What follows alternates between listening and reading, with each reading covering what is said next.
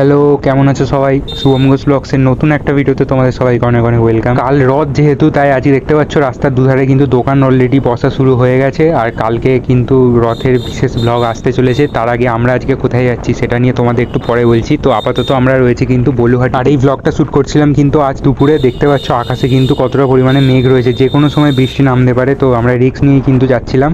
তো দেখতে পাচ্ছ এটা হচ্ছে জেলেপাড়ার মাঠ, যেটা তোমাদের দেখালাম আমি। এখন কিন্তু আমরা সোজা চলে যাচ্ছি জগদীশপুরের দিকে। যেহেতু ছিল দুপুর, তাই রাস্তায় কিন্তু কোনো ভিড়ই নেই। দেখতে পাচ্ছ পুরো রাস্তা কিন্তু ফাঁকা রয়েছে। আর ওয়েদারটা এত সুন্দর হওয়ার জন্য, কোনো রৌদ্র না থাকার জন্য আরও বিশেষভাবে ভালো লাগছিল রাস্তা দিয়ে যেতে। তো এখন আমরা যে জায়গাটায় রয়েছি এটাকে পিপলি বলা হয়, জগদীশপুরে যাওয়ার আগে পরে। তো জগদীশপুরে যে আপনাকে স্বাগত যে ব্যানারটা রয়েছে সেটা আগে রয়েছে, আমি তোমাদের দেখাচ্ছি, দেখে নাও।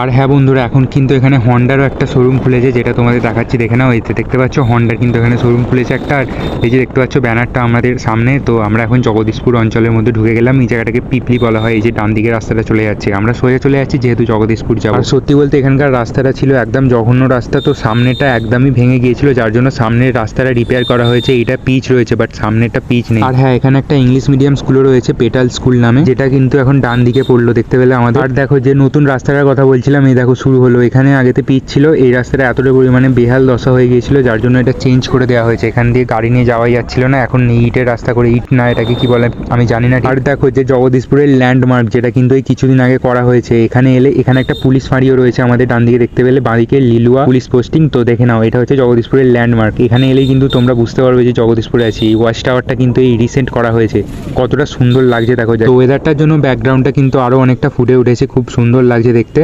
তো আজকে আমরা এসেছিলাম অ্যাকচুয়ালি এই যে সামনে ইলেকট্রিক বিলের অফিসটা রয়েছে, তো সেখানেই যাবো আমরা এখন। তো ঢুকে সেখানে কি হয় তোমাদের সাথে শেয়ার করবো। চলো, এখন আমরা অফিসের মধ্যে আছি। এখানে কিছু কাজ ছিল, কাজগুলো মেটাই, তারপর আবার তোমাদের সাথে আসছি। চলো, যে কাজটা ছিল সেটা মিটিয়ে নিই। এখন আমরা যাচ্ছি অন্য জায়গায়। তো কোথায় যাচ্ছি সেটা দেখতে হলে তোমাদের এর পরের পার্টটা দেখতে হবে, মানে পরের যে ভিডিওটা পোস্ট করবো সেটা দেখতে হবে। আর এরপরে আমরা অনেক একটা ইন্টারেস্টিং জায়গায় যেতে চলেছি, একটা নতুন জিনিস কিনতে চলেছি, সেখানেই যাবো। এর ভিডিওটা আমি এখানেই শেষ করলাম।